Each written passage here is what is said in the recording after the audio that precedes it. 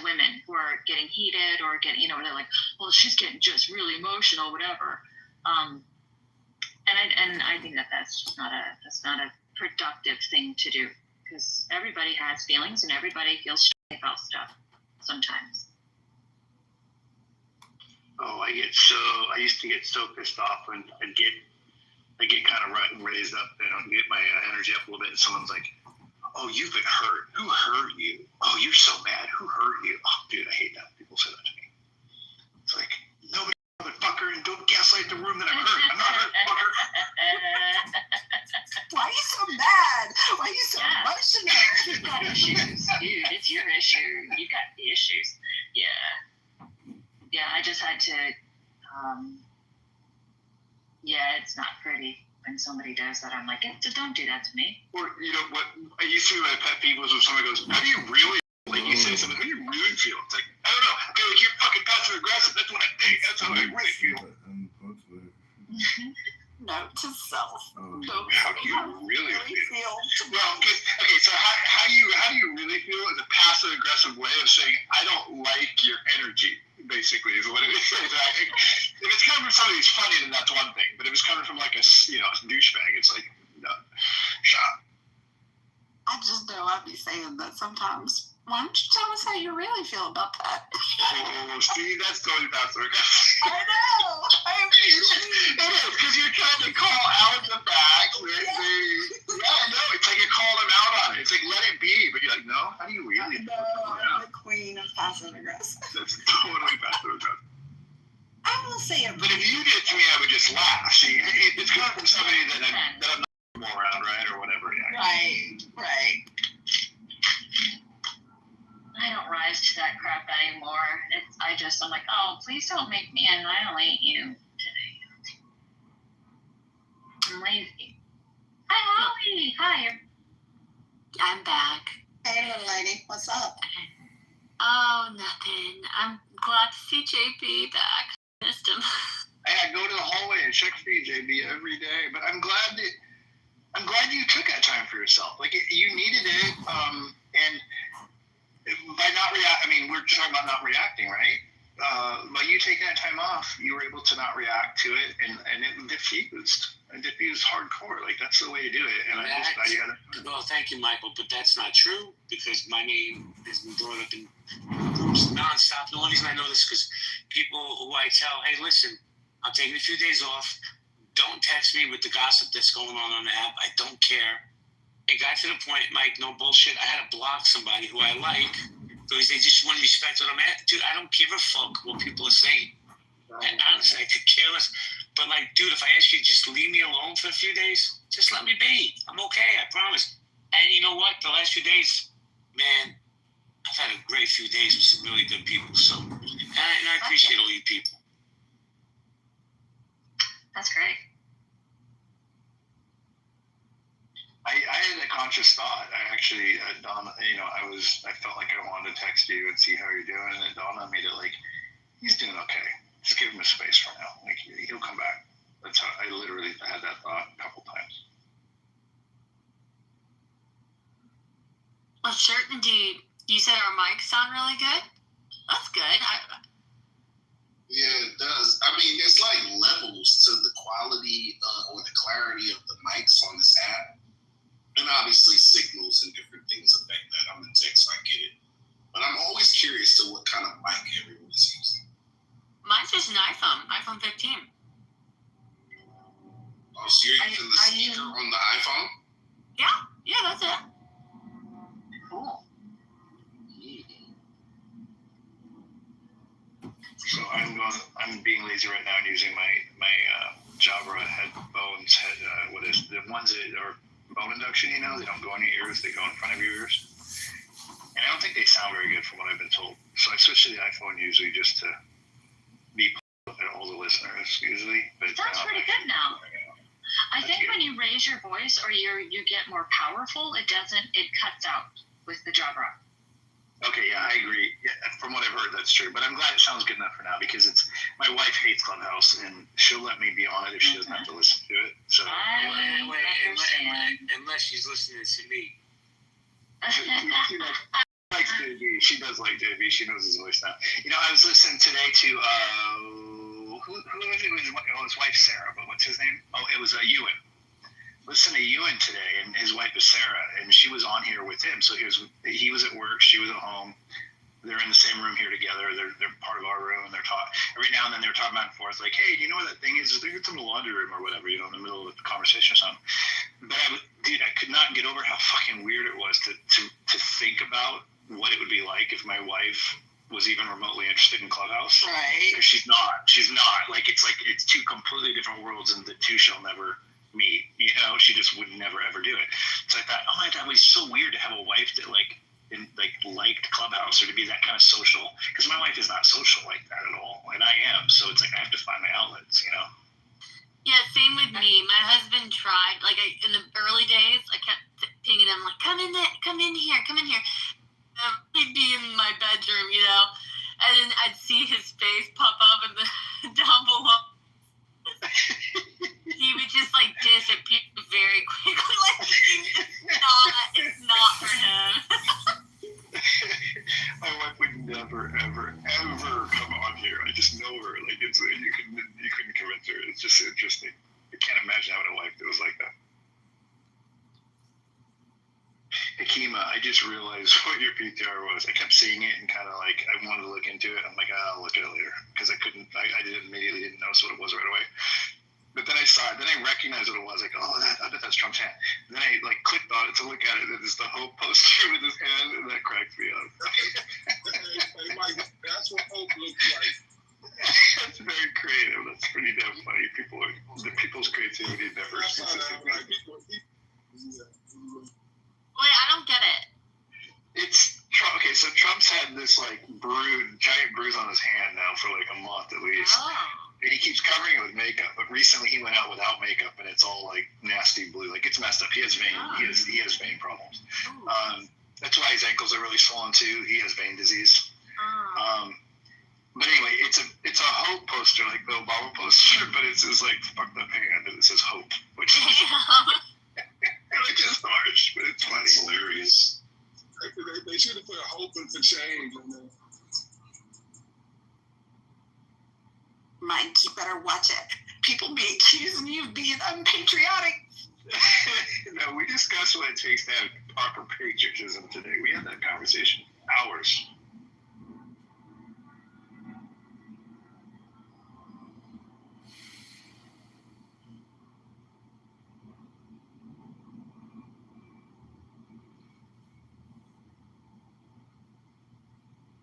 Yeah, I look forward to getting to that old man age where you bonk your hand and then you got like a permanent purple bruise mark that lasts for half a year. That's crazy.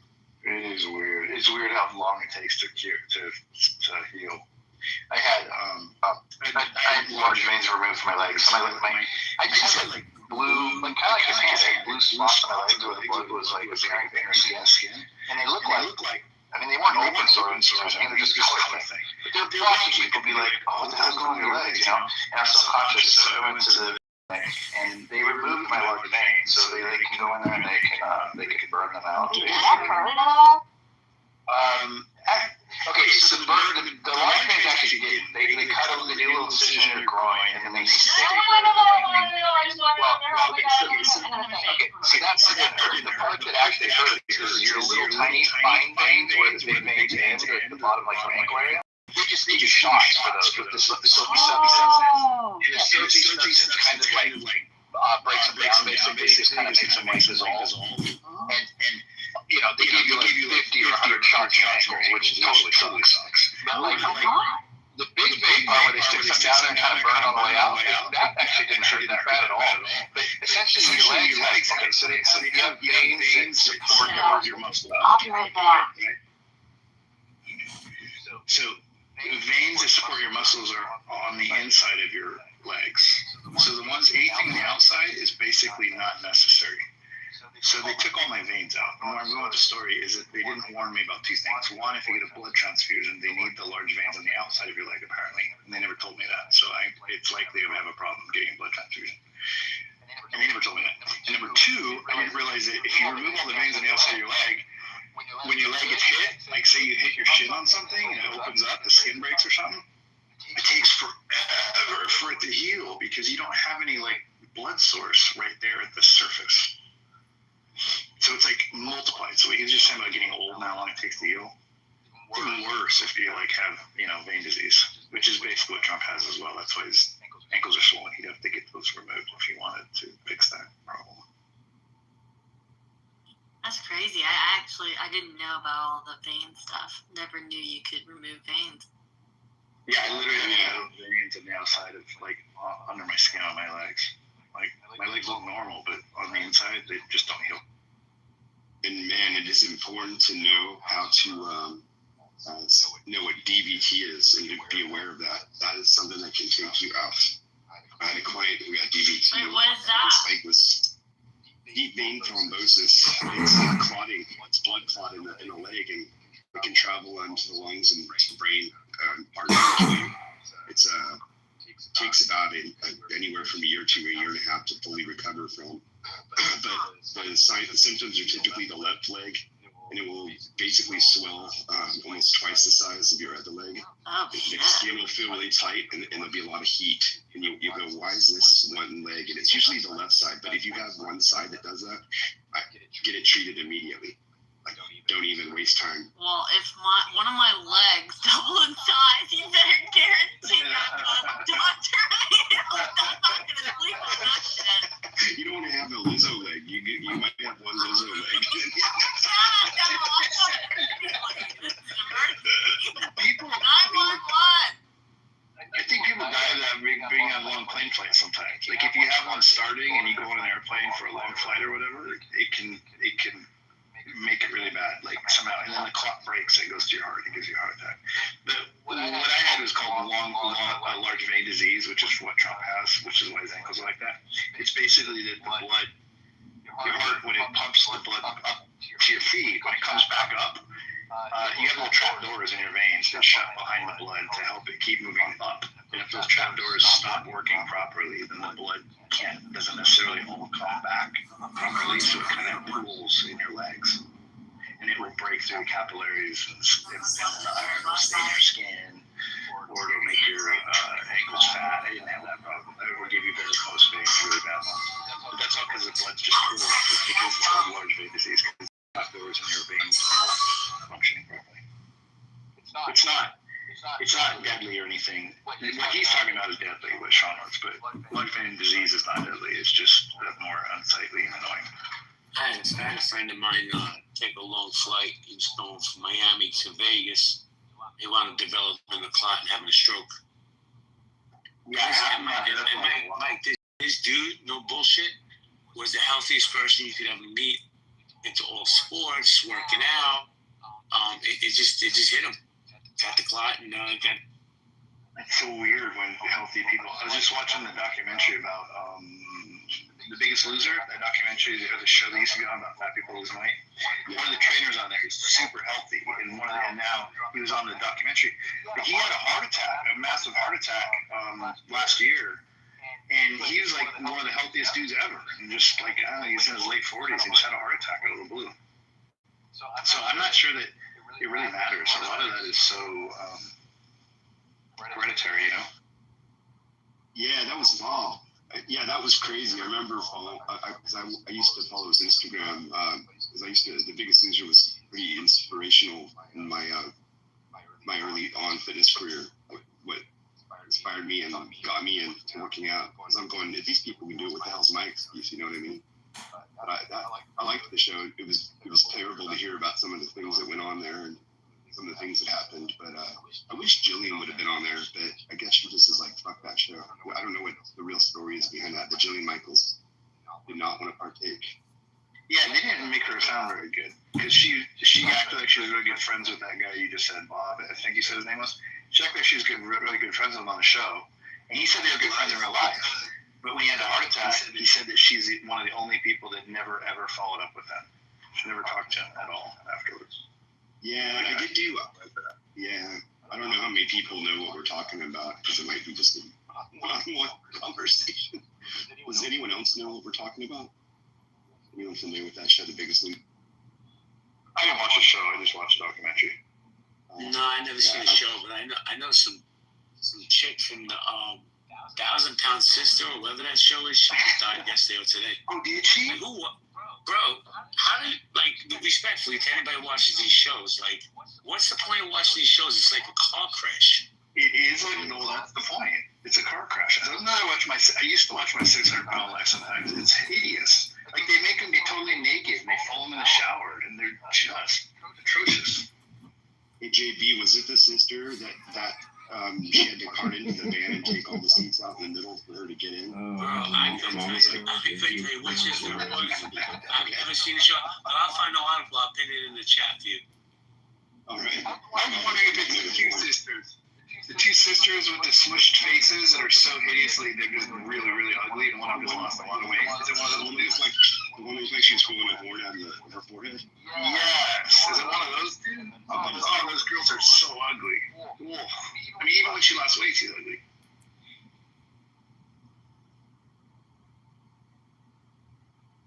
I couldn't imagine living a life like that. Dude, there's this guy in a 600-pound life one time. The doctor's like, how do you get your food? Because, I mean, these people eat incredible amounts of food. Holy shit. It's unbelievable. And he literally has a bucket. He lives in an apartment, and he lays on his bed. He can't move, and he's by the window. And he has a bucket on a freaking string that he lowers down for the freaking delivery guy to stick his food in the bucket.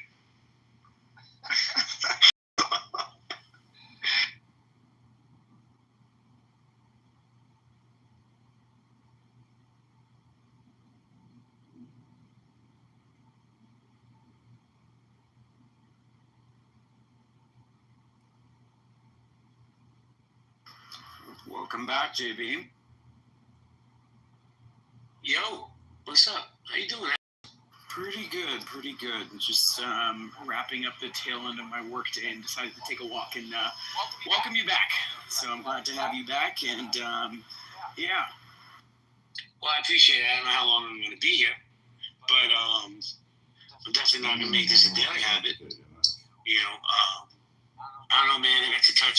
I was at the beach the other day. The fucking beach still exists. I can't believe that. You know? And I live in a beautiful part of Brooklyn, contrary to what people say. So I'm just enjoying it. And I have to say, man, I don't know if anybody knows this guy, BB, on this app, Jewish guy. If you guys know BB, man, please tell him I said hello. He's a real one. And I do always have my loyalty no matter what. I love BB. I like him too. It's been pretty clear. The last 2 weeks has really made it clear to me the people that are decent human beings on here and the ones that are fucked up. And the people that follow the fucked up ones and the people that don't want to be around the fucked up ones. Everybody is blocked. Everybody is blocked. Nobody in this room, but everybody is blocked. It's been really interesting. I've never had a week that offered so much clarity. I mean, it seemed like a lot of people were down the middle and they were kind of back and forth a lot of times. It's hard to tell like where they're coming from, but it really flushed out. It really flushed out. Well, you know, Mike, always surprise, and it always has and always will surprise me. People won't take the time to discern from the truth and from a rumor. Like, people just run with these fucking rumors, man. With no basis, no reality. And just say, hey, he said it must be true. Mike Moon has a full head of hair. It's true. I'm spreading that rumor. They're 16. Can I say something really quick? I'm legitimately nervous and scared. I would appreciate, out of respect for me, if you guys don't bring that in this room. I just know. I really sincerely appreciate it. Welcome to Politics Just Uncovered. Great guest today. Congressional candidate John Kitover. How are you doing today, John? Maybe I heard the wrong great. thing. How are you doing today? I'm doing real good too. I see you got the whole campaign headquarters going. I don't think we're going to that conversation. Okay, well, my apologies. Oh, no problem. Reassurance, it will remain clean in this room. I love a drama-free room. Yeah. How many people can say, I'm being serious, that they have Clubhouse, what's the word I'm looking for? They have Clubhouse PTSD. Town's clubhouse. PTSD. I tried to do a lot of mass communication for the I campaign. mean, why don't you use a term that's more befitting, like clubhouse fatigue? Oh, I took a few days off. I'm not fatigued. I recommend it to everybody. But we have John Kitover here who's being really quiet. He's quiet in our rooms usually until he wants to read a poem. Yeah, this morning he got to read lots of. We let him elevate the room sometimes.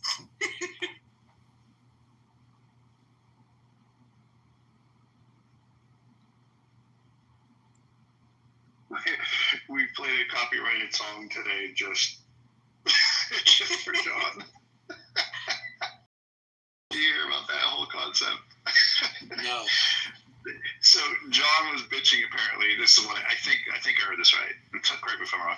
He was bitching because he records everything, he uploads it to YouTube. Well, if you have more than like 30 seconds of a copyrighted song, then YouTube will delete his video. So if you don't want him to be able to record what you're doing, you just pause for 30 seconds and play a song here. Is that true? It's not the record. Like, it doesn't stop the recording. It stops the live stream. It stops the live stream. It's not a live stream. Oh, I thought it just made it so it couldn't upload to YouTube. You're talking about it actually stops the live stream. It stops the live stream, yes. So that's true, JB. That's It can crazy. still record, but it does stop the live stream. Well, it would fuck him up too, though, if he records it and uploads it, because it does search the uploads for copyrighted songs. YouTube does, for sure. Yeah. But it stops the live stream. That's funny. Yep. We were just messing around. Somebody, Ewan, I think it was, came off and played a Disney track. Everybody was like, what the hell is going on? You played that. Whatever that song is. That's great. Live stream sabotage. Oh, sit in. That's what it is. I don't know the rest of it.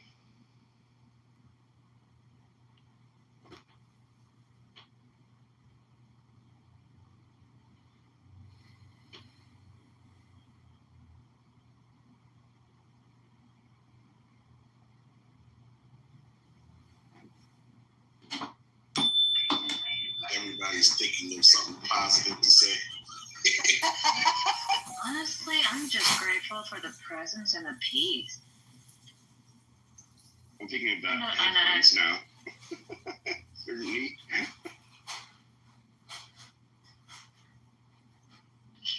When I first read Certainty's name on here, for some reason, I read it as Certainty.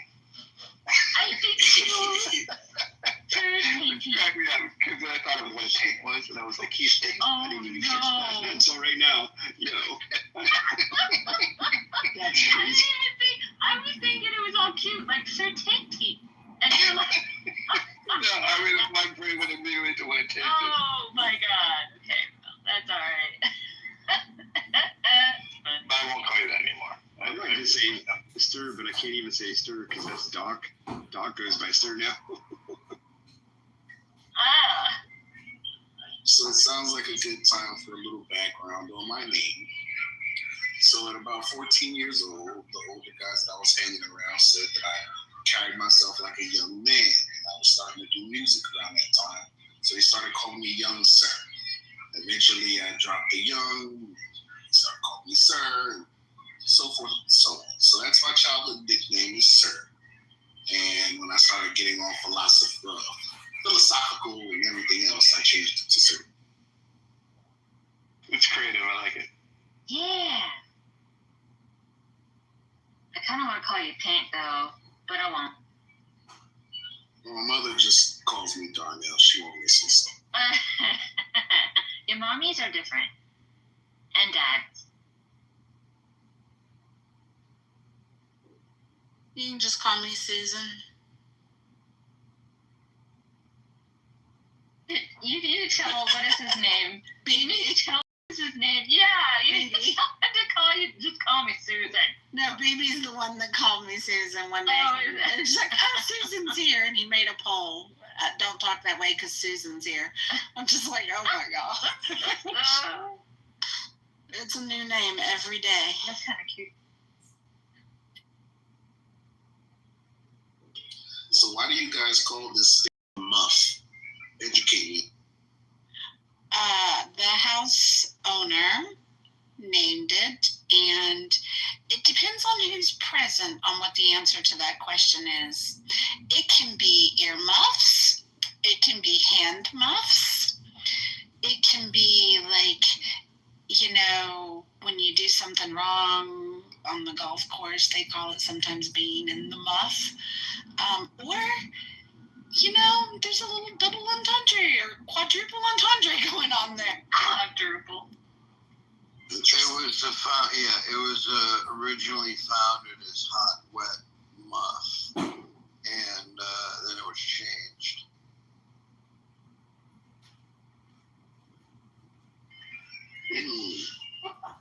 It's Roger though, because Roger will make some like sexually outrageous comment randomly sometimes. There's always something cooking in the muff. Yeah, so it totally fits Roger. For some reason, I found that sexually offensive comments 99% of the time work as long as there's a comical approach to it. Almost everything works if there's a comical approach. If the other person has a sense of humor.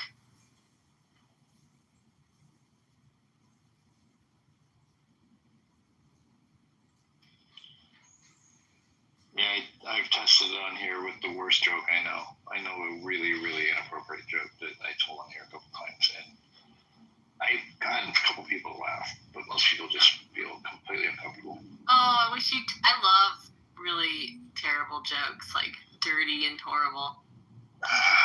Maybe I should type it to you in the back channel. Well, Yeah, just it say won't it, be man. funny. It won't be funny if you type it. Yeah, just say it. Alright. Oh, God. It's even hard to say out loud. Okay. My wife is nodding no right now. Yes, you know She what? knows where it's going. You know what? Okay. I kind of think maybe you should listen to your wife. Do you think so? I do. So I should listen to you, huh? Mike, text it to me. I'll say it. Are we recording? People are always well. You can remove recordings down, so I'm fine. What's that? It's a joke anyway. My God. Even Louis C.K. is back telling jokes. Yeah, you'll make it back. I'll make it back. Okay. What's the best thing about taking a shower with a 9-year-old girl? What? Oh no, I wouldn't do that. I wouldn't. No. You can slick her wet hair back and make her look like a 6-year-old boy. Yeah, your wife was right. Yeah, she. Holy shit. My mouth is kind of open. Yeah, I told you it's the worst joke ever. See, here's the deal. This is the deal with humor. There was a time when Louis C.K. was the top of the humor chain, okay? And this whole generation of people that are about 15 years younger than me came out, and they completely redefined what's funny and not funny. So now inappropriate things are not funny because they're inappropriate, but inappropriateness had nothing to do with humor like 20 years ago. In fact, it added to humor, but humor is an evolving, ever-changing thing. And so things that were funny 20 years ago can be the opposite of funny today.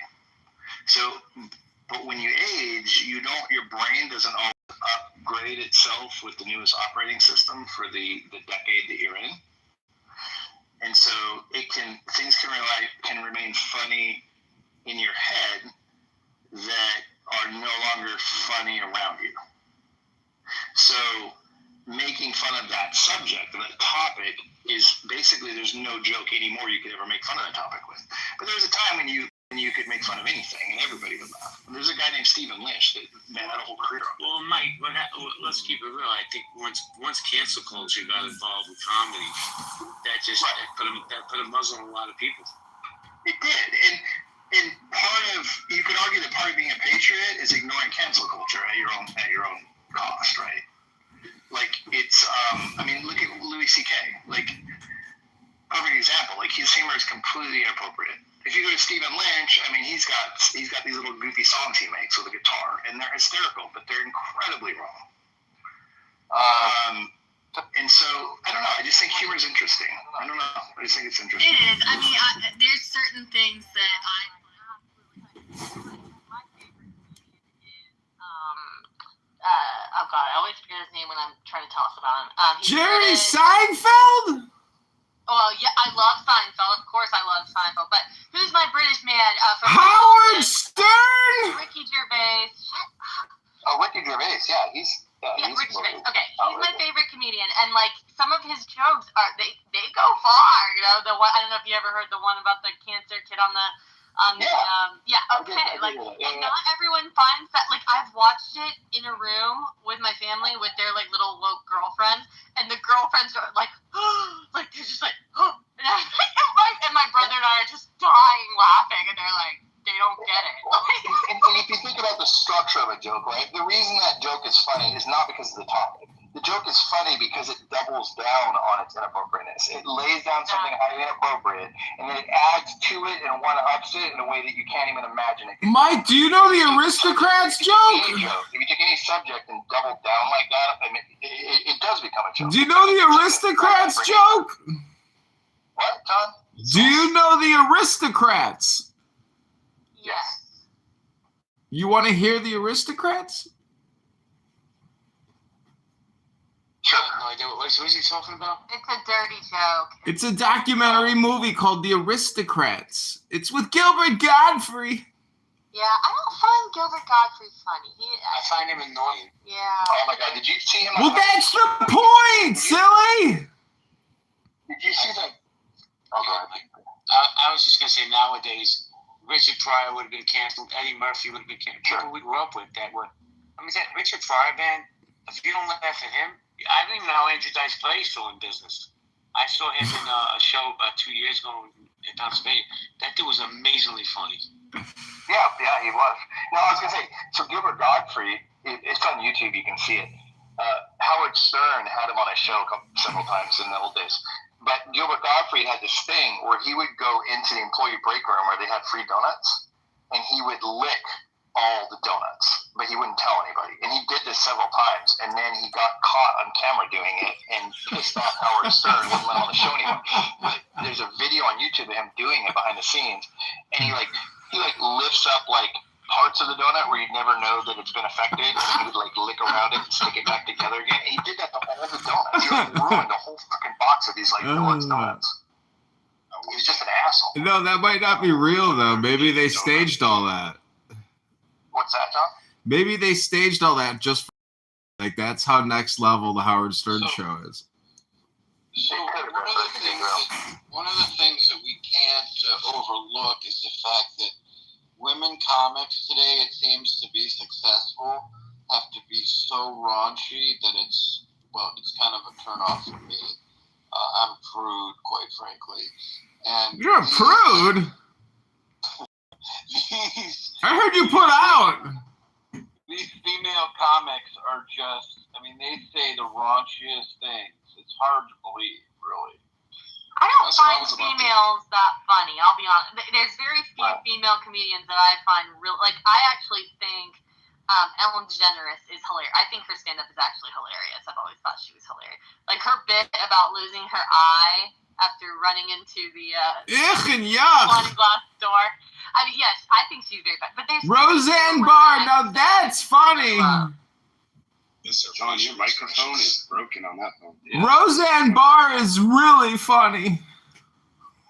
But that's the thing about comedy too. It's also about who it's coming from. But you know who's the funniest to me is not Howard Stern. Judge Judy. That's Howard Stern with a wig on. Sandy, do you know how much Judge Judy makes a year? It'll blow your mind. 30 million. 30 million. I thought she was making like 80 million or 100 million or something like that. Right. She makes upwards of $45 million a year for that one show. Amazing. It's crazy how much she makes. She's brainwashed women all around America to make them think that they're all Judge Judy too. It's not true, ladies. There's only one Judge Judy. So like, Gene Wilder. Red Fox is my favorite of all time. And next to that would be Robin Williams. I bet you know what? Robin Williams will be hard to do a documentary on. Can you imagine someone trying to do Robin Williams? The Fisher King. Really good. So on one of my upcoming podcasts, I'm going to have one of the writers from Mork and Mindy on the show. He's a Mork and Mindy, executive producer. But I think Gene Wilder and Richard Pryor in Stir Crazy, that was the kind of film that would get me like choking from laughter, hysterical. Well, doesn't Clown House tickle your feather just as much, JCSpodcasts.com? Not like the way you arouse me, Mr. Congressman. Really? Well, I can read a poem if you like. Hey, Dr. Jordan, I like him in Stir Crazy as well as See No Evil, Hear No Evil. Oh, yeah. Yeah, it's true. See no evil, hear no evil. And, it's funny, just to drop one more name really quick. Kelly LeBrock, I interviewed her once, and I've come to know her a bit, and I said, what is your fascination? I didn't say it like this, but, what is your fascination with these Jewish guys? Because I think she dated, or no, I don't know if she dated, but I think she might have been interested, or Gene Wilder was very interested in her, and, it's very interesting because he's not a typical Jewish comedian. He's far from it. It's really raunchy, and my tribe comes up with some crazy stuff. But I do think Gene Wilder, Gene Wilder and Richard Pryor just get me choking for sure. Think about how weird it is that female comics almost exclusively talk about sex. They talk about the vaginas. That's all about. To the point where my daughter, who really is turned off by anything about sex like that, she's 18 and she just thinks it's just annoying as hell how sexualized the world is. To her point, she's like, I don't think any female comics are funny because all they do is talk about sex. They're just gross. They're doing that, but the guys that were doing that before them were all Me Too'd. Like Louis C.K. did that. He talked about dick and masturbation, this and that. Yeah. He was Me Too. But then the girls come in and they talk about their vaginas the whole fucking time, and it's like the only thing they can joke about. It's really weird. I have trouble. I mean, God forbid this is a first world problem, but when a hot female comic talks about sex, I wonder how different that might impact the male demographic versus when a less conventionally attractive female comic gets on stage, because it's very interesting. I mean, one of them, what's her name? Whitney Cummings. Whitney Cummings is not an unattractive gal. Right. No. When she does some of her shticks, her shtick is kind of funny. Yeah, there's from what I've researched, women can really say anything and get away with it. It just is what. There's this woman comic. She's got a Netflix special right now. Actually, she looks like a big lesbian. She's got an awkward build, and she's buff. Oh, Australian? She's Australian? No, she's not Australian. She's like New Jersey. Her stick is kind of like a New Jersey chick. I'll have to find her name. But she talks about, her vagina and this and that. And when she does, it really grosses me out because she's so unattractive. And that's her shtick, is about being like obnoxious and gross. But for her, it doesn't hit the same as it does when a hot chick like Whitney Cummings does it. It's different. Like, I don't think either one of them are very funny, but she actually kind of really grosses me out. I'll find her name. I'll tell you in a second. She was I swear to God, she was on American Got Talent one time or something. That's where she got her start. Something like that. way, Kelly LeBrock used to be married to Steven Seagal. They used to live nearby in the Solvang-Gilton area of California. Oh, he's a fucking weirdo. He was abusive. He was abusive to her. He's a fucking weirdo, that guy. That was the word around town. That was the nature of the interview, was talking a bit about narcissism abuse, but I didn't, we brought his name up, but I'm careful because she's got adult kids with him, so I'm trying to be careful. But yeah, no, she was also one of my, talk about a woman who was like from Weird Science, like all the teenage boys who found out that they had any kind of that anything could get them aroused, it would have been Kelly LeBrock. That movie was sensational. Yeah, and I always thought Kelly LeBrock was absolutely gorgeous. Yeah, I guess I just only like the lesbian female comedians. Now that you mentioned that, because I love Ellen DeGeneres. There's an Australian. What's her fucking name? Oh, Hannah Gadsby. I think she's really funny. And then there's Tig Notaro. She's like Tig Notaro. I like her. She's funny. And then I didn't realize that she was lesbian, but Kate McKinnon's the first openly lesbian cast member of Saturday Night Live. I did not know she was lesbian. Do you know what I'm talking about? She's like really funny. Kate McKinnon's lesbian too. Yeah, I knew those chicks. Well, Kate was lesbian as fuck, dude. Oh yeah, she's Jane Lynch, hilarious lesbian. There's a lot of funny lesbians. So if I may, I just want to throw off topic. I just want to say really quick. I saw a photo of Meghan Trainor today. My Lord, like she never. Speaking of arousal, I have never. She was a little bit heavy set and not my type, and now she looks. You don't like heavy set women, Dr. Jordan? Now she's destroying her pancreas, and she's beautiful. Look at that. Oh, what is it about a thick, buxom woman that you don't like, Dr. Jordan? She's fucking dying on the inside, but she's gorgeous. Well, yeah, I mean, it didn't occur to me that it was pharmacologically induced, but she looks fantastic. I got a question for the moderators. Big butt. How many days are you guys going to spend on Clown House in the Muff? This is unbelievable. The Supermod team is taking over in the Muff. You guys are really putting together some great shows, everybody, in the Muff. Wow. This is the song that doesn't end. This is amazing serendipity, Mike. Wow, you really holding it together in the Muff? John, you're fucking like it. What the fuck is happening? Manic.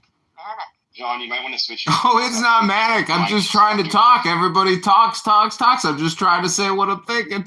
Congressman, your teleprompter is malfunction. We can't hear you clearly. You can't hear me? Well, you gotta mute up. Good God. I don't know. I'm just saying, I've been recording in the Muff for, it seems like many, many days now in serendipity. It's like, wow, this is 40. You must be getting paid 40 hours a week here. What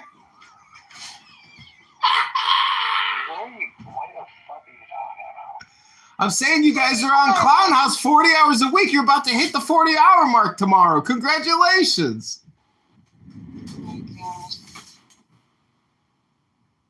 Oh my gosh, this room like What's up, Pockets? grew. Hey, Pockets. Hey, Dr. J and everybody. Gosh. Hi there. Mike, will you check your back channel real quick? For some reason, I don't know how to fucking look at it. Where do I find it at? When I talk to you? Okay. I see. I go out in the hall. No, not the hallway. Hit the arrow and go to your chats. Yeah. I see it. Okay. Hey, Adam, why did you give out your friend's personal information to JB? Oh, hey, look, it's little Pee-Pee, the new Pete. The new Pee-Pee. His name is Pete, everybody. Look at that cool PTR. He's undercover.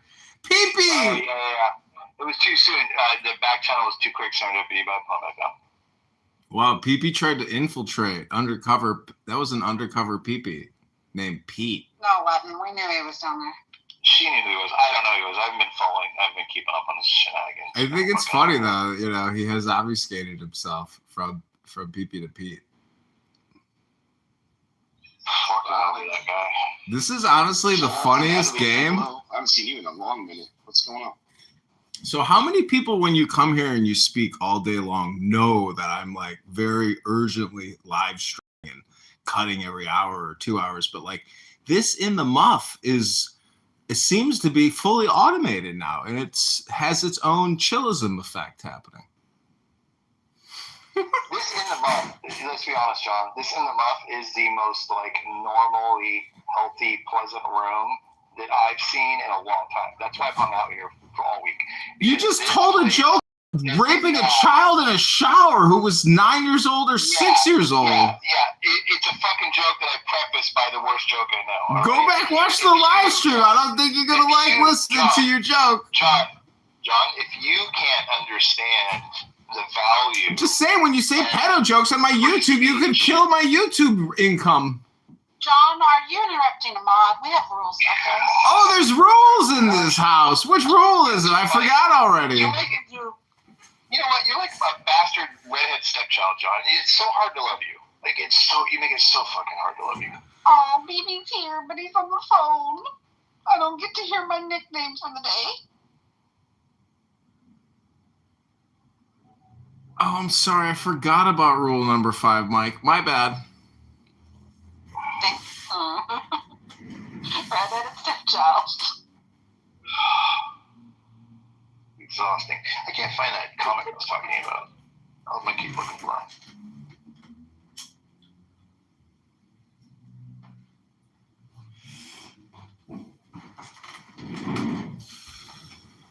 So this morning we recorded MAGA, aka Isaiah or the GOAT, and I got to tell you, when you capture the GOAT live, you know, on Clown House, and then he looks at your live stream and he's like, "You're all being live streamed."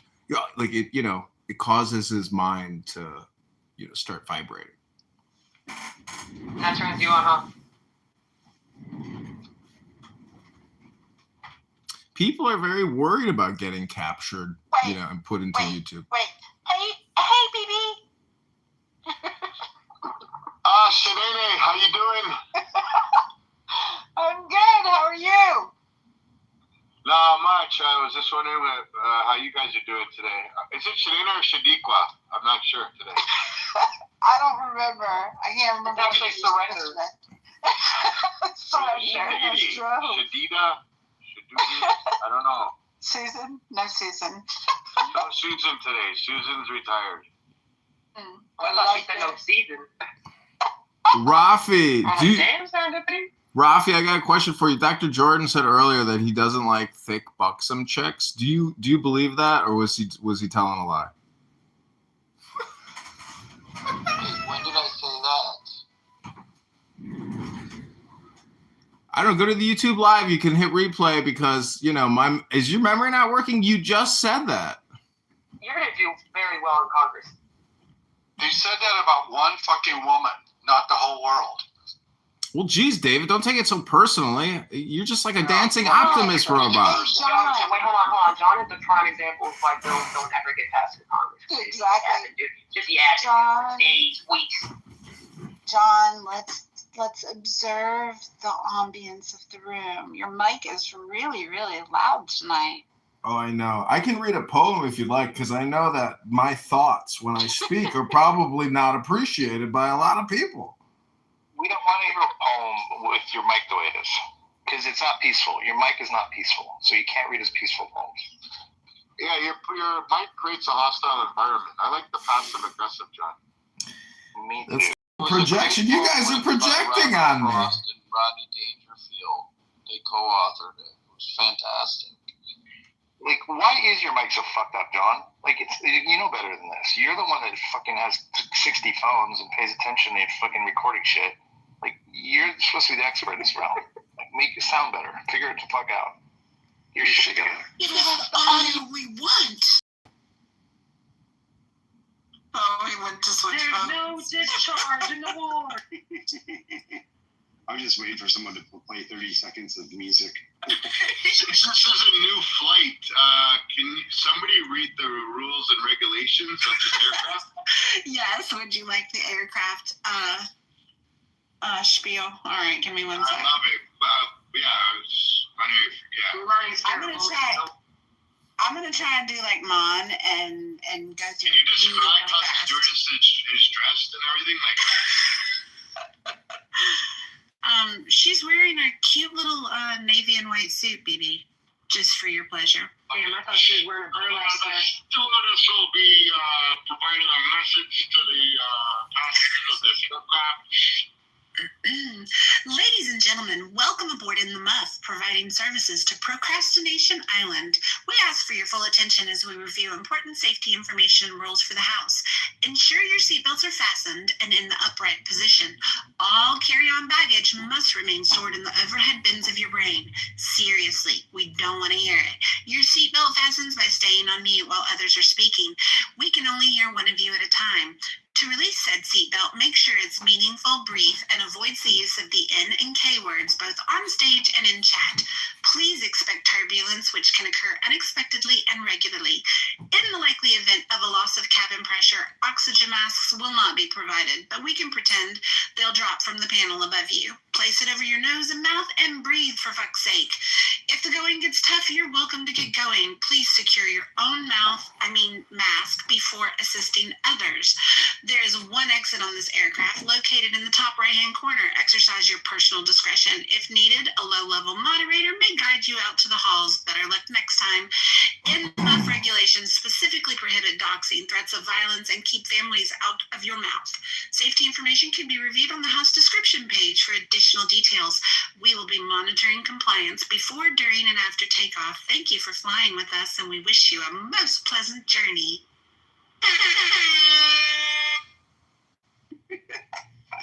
Well done.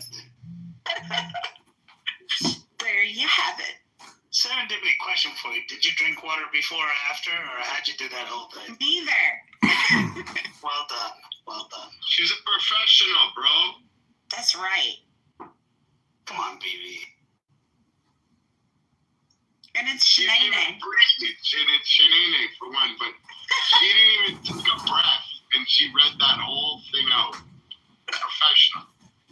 No breath. Next time, I think if anybody wants to ask a question, you could press the overhead light. There's a button there, and you can ask for a stewardess to attend you.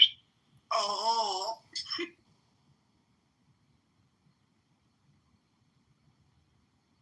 We strive for customer service excellence. Sorry to hear that. I'm just kidding. Glad to hear that. How you doing, Naveen? Good. I threw my hat in just now for the Board of Education. They're appointing someone because someone resigned, so I threw my hat in. So we'll see what happens. Sorry to hear that. Well, you gotta change. You gotta start somewhere, right? Sorry to hear That's right. that. Sorry to hear that. So will they do an election, or are they just going to appoint somebody? No, so as shady as it sounds, right? One of the guys who was a trustee was a lawyer. Suddenly, his law firm somehow got the contract last year while he was serving to run the Board of Education. So now somebody pointed it out, and he said, "Oh, you know what? I need to resign." So he resigned effective September 1st. So they send out an email, write us a letter, give your bio, give other things, and tell us why we should appoint you, and then we'll make our decision if we want to appoint you. So I wrote my letter and gave my bio and my other details, and we'll see what happens. You know what I say to that? Zippity-doo-dah, zippity-day. My, oh my, what a wonderful day. Plenty of sunshine heading your way. I hope your hat collects everything you wish for, my friend. I love it when BB sings. BB, what's your go-to karaoke song?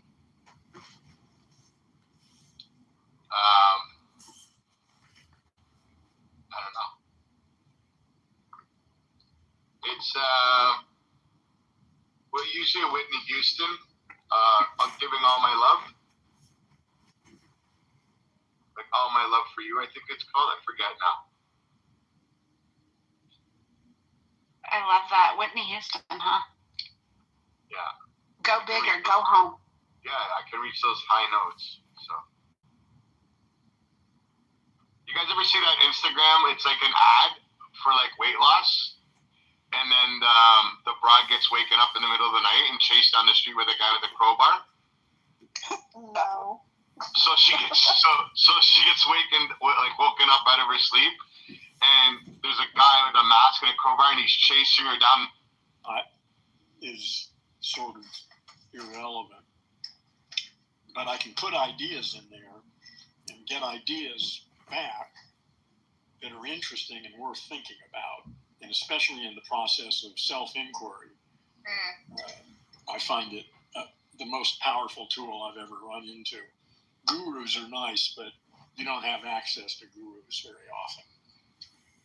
Well, I will say, one way that I have found it useful was like, obviously, like, say some people can be very narcissistic, but what seems like narcissism could be ADHD, or it could just be, some other kind of thing that has nothing to do with it. Whereas, like, somebody that's narcissistic could be, dangerous to be around, for instance. Not necessarily, but could be.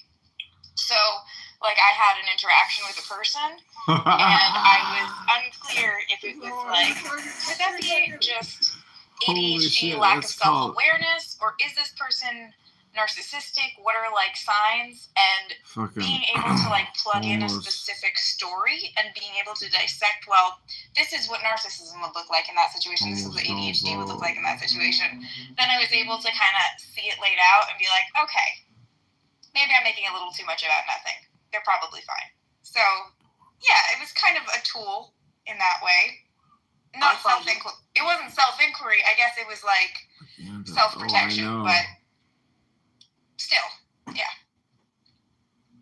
Well, like I say, all I can say is I have found it to be the most powerful tool for self-inquiry that I've ever found. And I'm just stunned by the impact it's had on my own thinking and the way I talked to his story as well.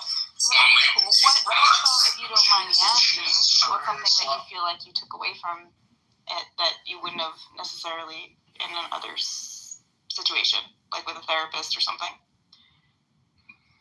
I'm not sure. It's hard. It's something that's emerged over a period of months of conversations with it. Yeah. And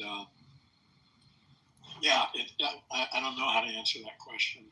I'm still trying to sort this all out and figure out, how it works. Well, I'm just, you made the room, so I'm trying to ask the question. And I'm just here. I've got as many questions as anybody else, but I do have had, I've had some experience using this thing. I was just going to say there's reason. I haven't spent a lot of time training it. I'm a linguist. That's not a language, but I'm trying to language for it. It should be interesting. Also, because a lot. 8,000 calories a day.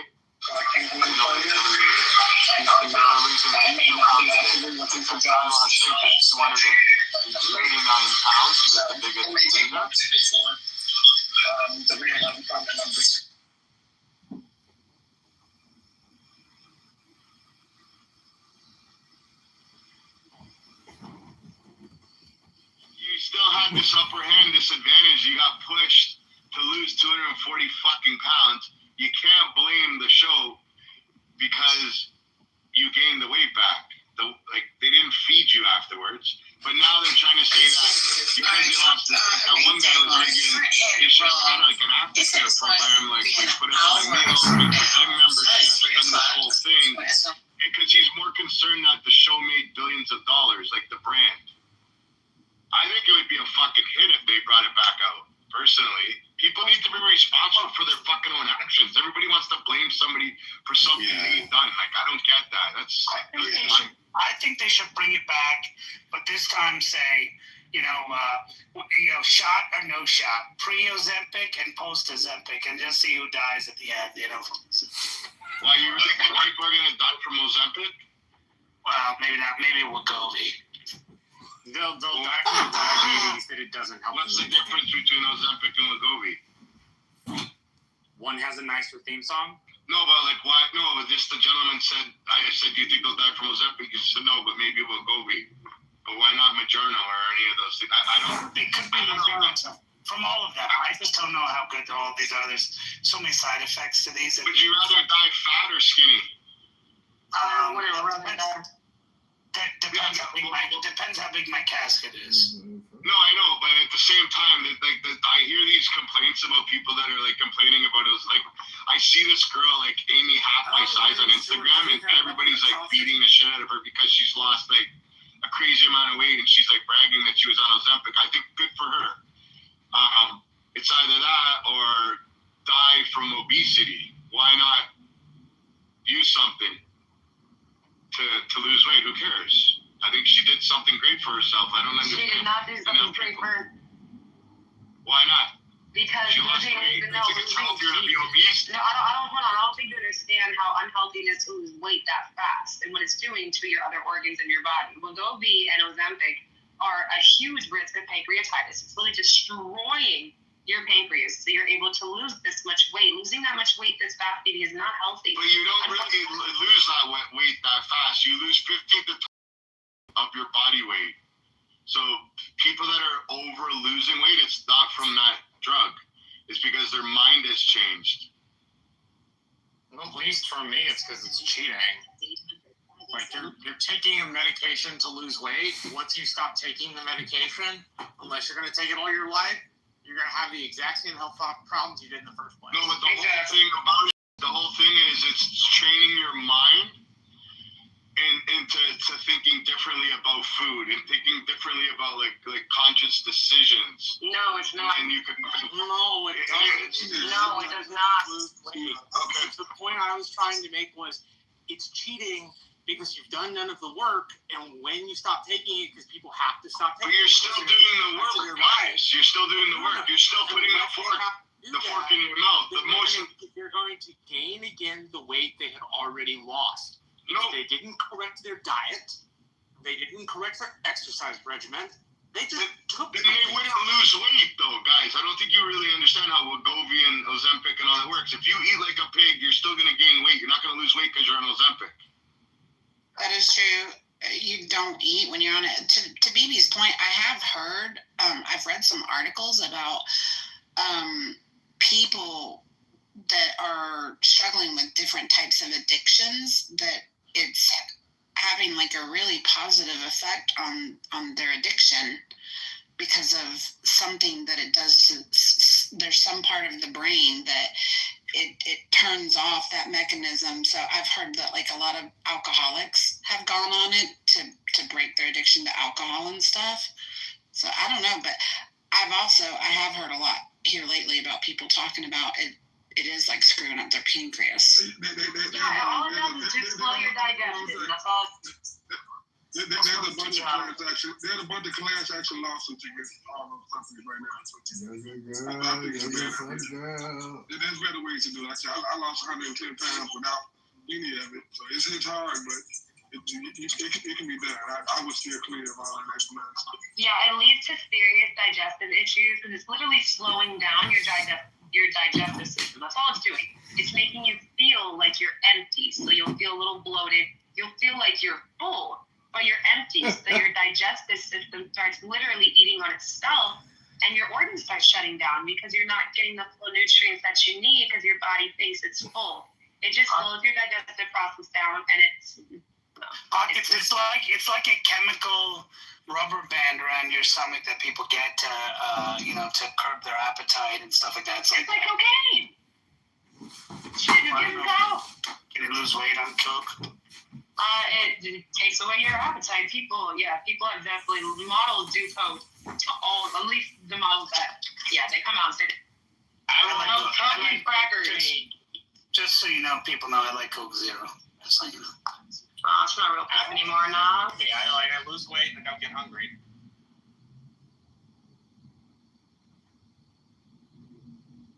My manager at work is on a fucking Ozempic, and within 3 months, she is tiny now. Tiny, and now she has kidney stone. She got a bunch of shit going on in her life now, or her health, and she looked good. So as long as she's happy.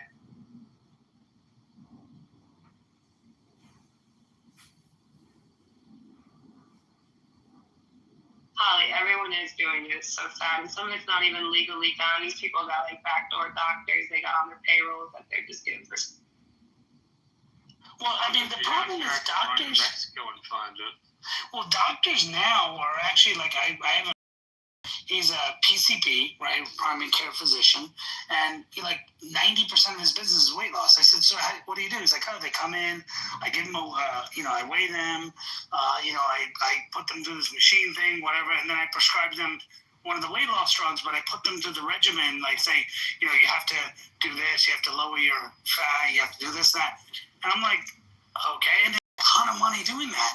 And then they charge for like a separate session and all that. But because they have the medical license and they can prescribe this drug, they're minting money doing that, getting 3 times the patients they would have before. Incredible. Yeah, they get commission on their write-offs, on all those prescriptions that they get. That's called drug dealing at the highest level.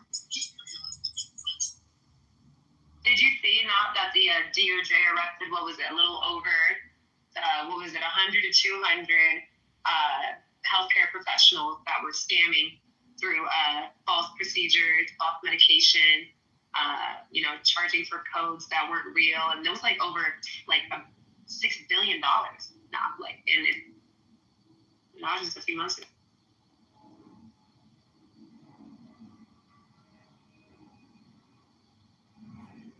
Yeah, I'm not surprised.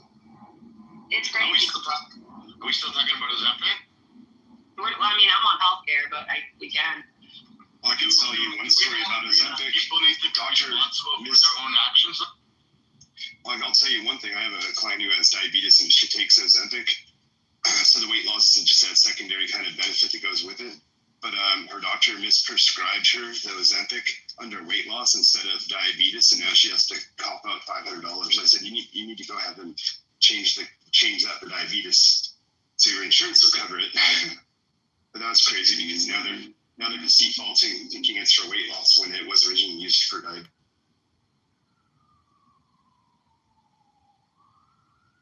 But do you guys think that those people that are suing, I think it's like $2 billion in lawsuits, like don't people need to be like responsible for their own actions? And like you went on it for a certain thing, you wanted to lose weight, and now there's complications. Everything's got a complication. Walking outside, there's a complication. You could get hit by a fucking bus. Are we gonna sue? Who we suing? Well, what's important? What's important when you prescribe someone medications? You need to do regular blood work to make sure that they are all right with the dosage you're giving them. A lot of doctors aren't doing blood work checkups on these people, so they're not catching like, oh shit, your shit's shutting down. Your pancreas is shutting down. You got pancreatitis. You got stage 4, pancreatic cancer. They're not doing these blood work tests. They're not checking. These doctors are overworked, bro. And they have they're not doing the checkups. I agree with you, pockets, but don't you think people also need to be aware and also say, yo, doc, I want regular blood labs done on me, and I want to be on top of my health instead of relying on the doctor to be responsible for your own, you know what I mean? Do you go to the doctor if you're feeling a pain, right? But how about those people that don't go to the doctor until they feel the pain and they haven't seen a doctor in 5 years? And then they go in and they. But when you have a doctor, though, it's not. When you have a doctor, you are signing information. You're signing PCPs, which forms. You are putting your life in the hands of that doctor. It's not on the patient to remind ourselves we need to do blood work. So there is a form of malpractice happening, with the not being on top of things and trusting, a person who's not a doctor, who doesn't have a degree, who's not informed on everything and anything. That's why we go to doctors. So they do these things, hey, I got to get you in for blood work next week. Don't forget. You know what I mean? Because we're not doctors, we're trusting in these providers. So there is a form of malpractice when they're not doing their part and making those calls and scheduling those.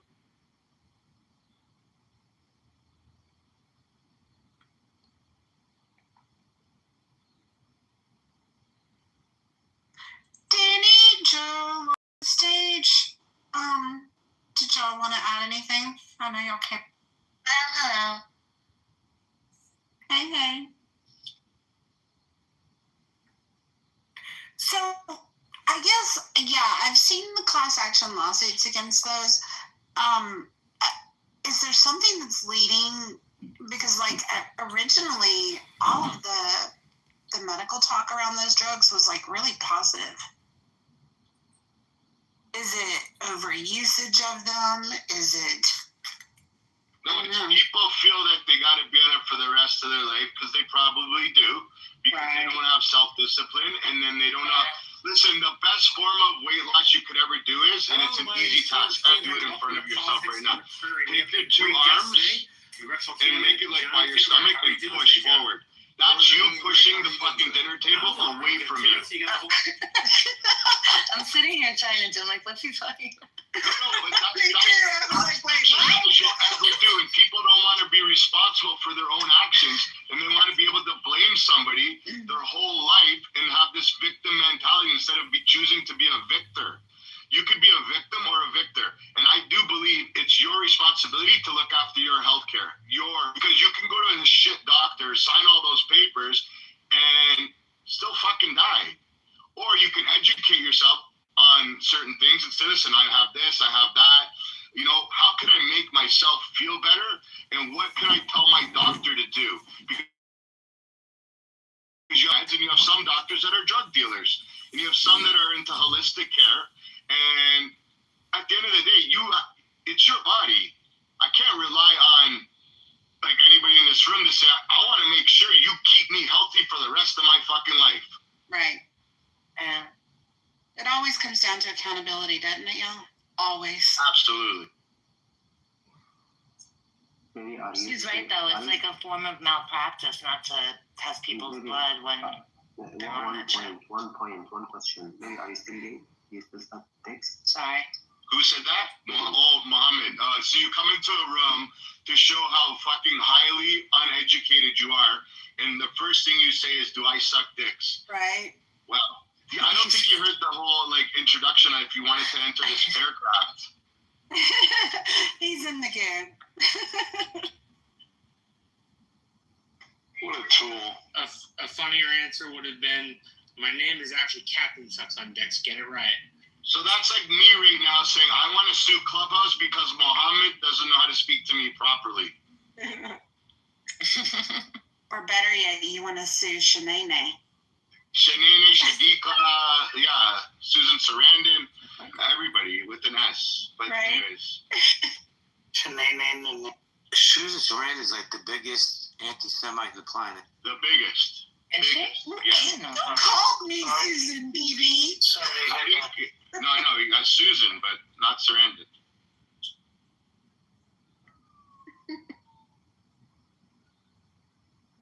That was my least favorite name anyway. I know. I think I'm going fond with Shanae. Doesn't even fit you. I think that's why I like it. More like a Sharon. It's my alter ego. I think Serendipity is a great name. Aw, thanks. Me too. It's one of my favorite words, one of my favorite movies. It just fits. I was just going to say, did you see the movie? I love the movie. Yes.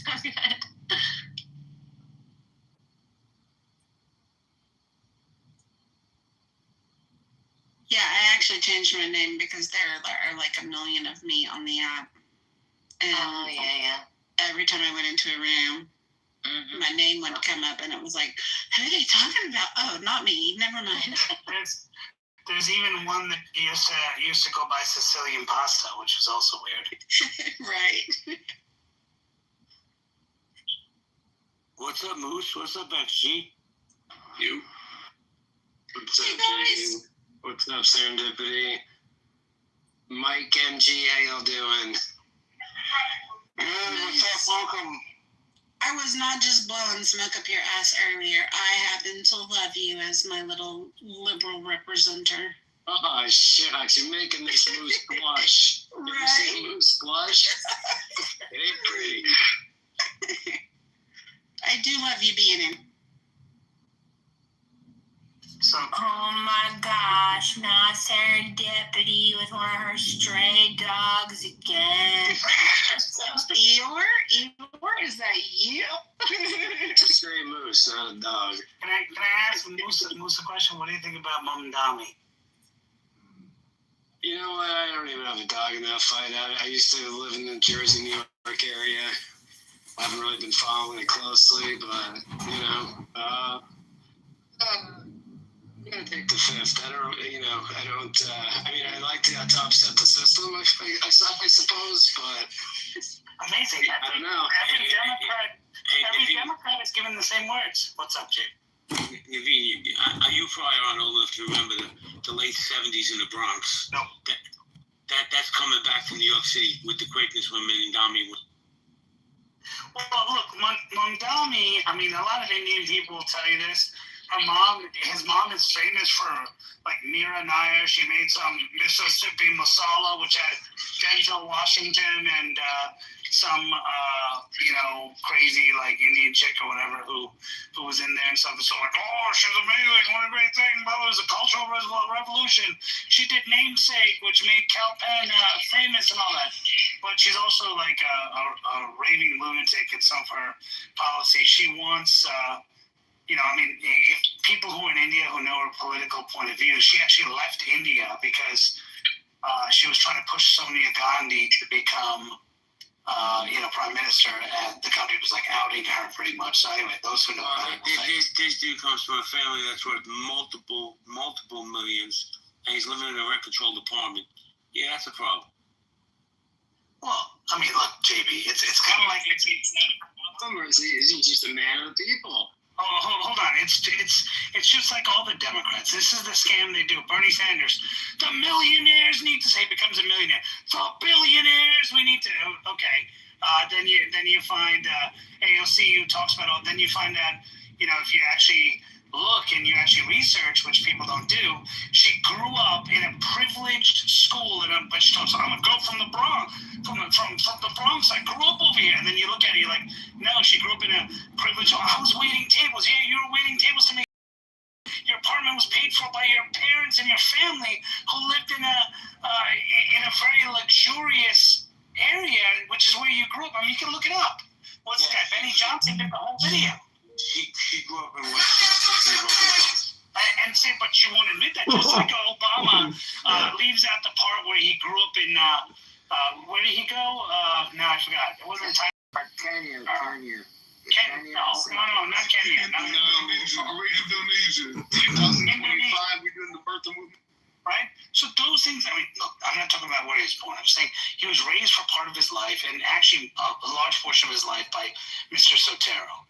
The book, Hope from My Father, is a book about a sperm donor who he never met. He became, and he admits it later in life, of course, after he's president, or after he's eligible for re-election. He admits it and says, I never actually met my father, but he was raised by Mr. Sotero, but doesn't even invite, like, it's just, why are there all these weird things that are just not allowed to be asked or known? Look at Crockett, Jasmine Crockett, right? She acts like she's from the hood and she knows all the same. Then you actually research and you find out she grew up in a very rich neighborhood. She actually is very well articulate. She's never talked the way she talks now. And you can actually watch videos. In fact, Benny Johnson put one on, I don't like Benny Johnson so much, but he put it on X, and he actually did an investigative report on it. He actually interviewed people that grew up with her, and these are like legit people that she's actually talked to. And I said, yeah, I don't know why she changed her accent and why she did all that stuff. Naveen, I actually know her. She's best friends with my other girlfriend. She actually talks like that. I don't know. Let me ask you a question. I'll see if you're going to be honest. Was Fred Trump a known racist? Was Trump a known racist? Fred Trump, his father. Oh, yeah. He was a known racist. Absolutely. So they all have skeletons in their closet. Of course they do. But, but all that is like, in other words, that's known. Like that, like it's one of these things where reporters ask him those questions. Other than, like, find a reporter that's gone to AOC and said, tell me about your Westchester upbringing. Find someone that's gone to Mamdani and said, hey, don't you live in this? Yeah, you'll find candidates opposing them that talk about it, but find me someone that does that and asks them and forces them to explain how growing up in Westchester makes you a Bronx girl, right? How you grew up in that, like, when will that, and those are the issues. So find me someone who asked Barack Obama when he was running for office about the time in Indonesia. And all that stuff. And hey, Mr. Sotero, where is he? By the way, Mr. Sotero basically died and never got to visit the White House. But a book was written about the guy who abandoned him. Amazing.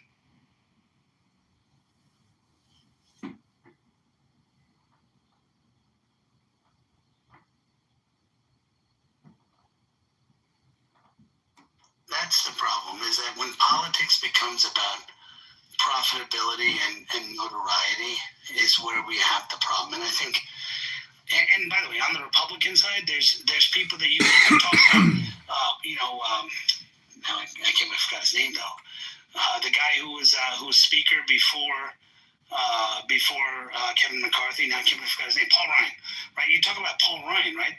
I mean, this guy, if you look at his background and how he was raised, he actually, I mean, his parents took part in Social Security, and the guy wants to get rid of it. Like, these people are very, they don't have to answer these questions, and, it's pretty sad.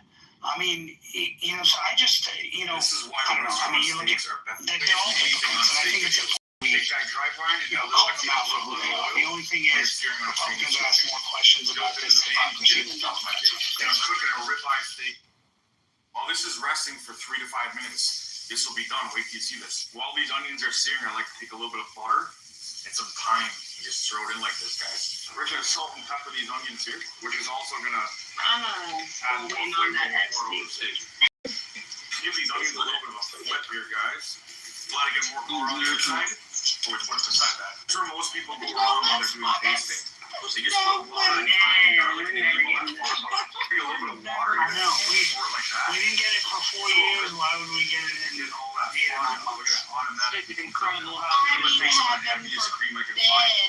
actually take the word of our presidential nominee and think that he's going to deliver on the. Let the residual heat of the cladded stainless steel pan Let's fall back.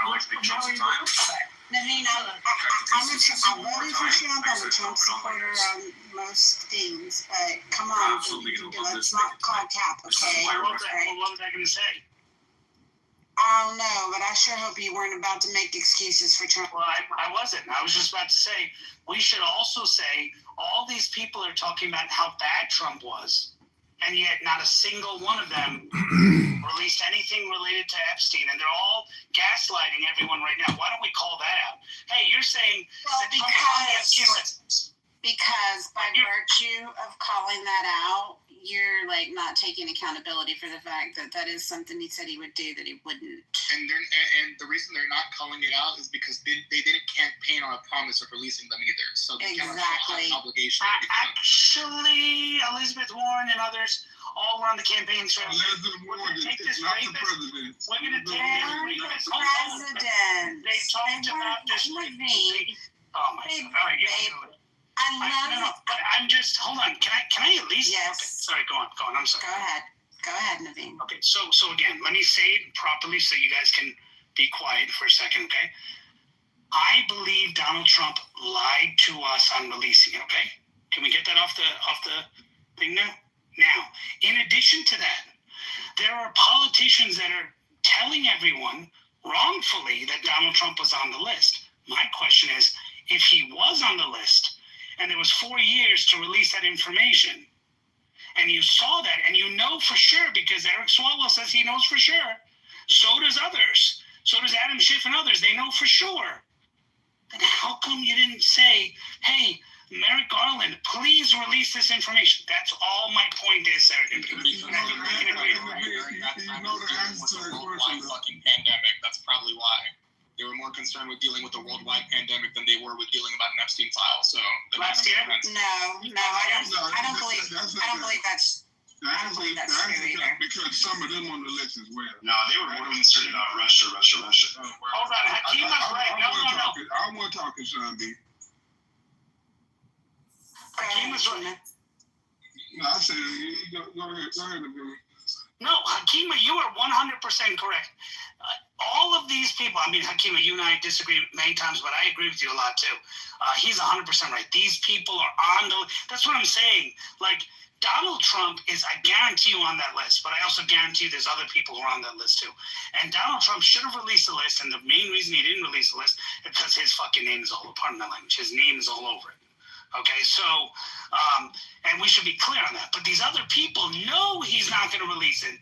So they say, hey, let me use this as an opportunity to try to go at him, but never answer the question why they didn't ask the previous guy to release it if Donald Trump is on it. Naveen, he's on the list of predators who raped underage girls on Epstein's Island.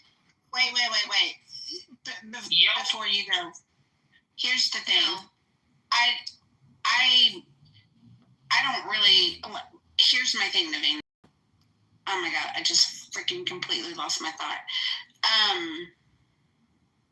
I think the list is full of a lot of beneficial, mutually assured destruction across both ends of party lines. And I'm not even necessarily ticked that Donald Trump chose not to release the list. What pisses me off is that instead of nutting up and being a man and saying, I know it was a campaign promise, but because of the nature of the information in the list, what the fuck ever, I'm not going to release it. Instead, he literally turned it around on his supporters and said, fuck you, I guess you ain't my supporters no more if you can't just accept what I'm putting out here on Twitter. Lame.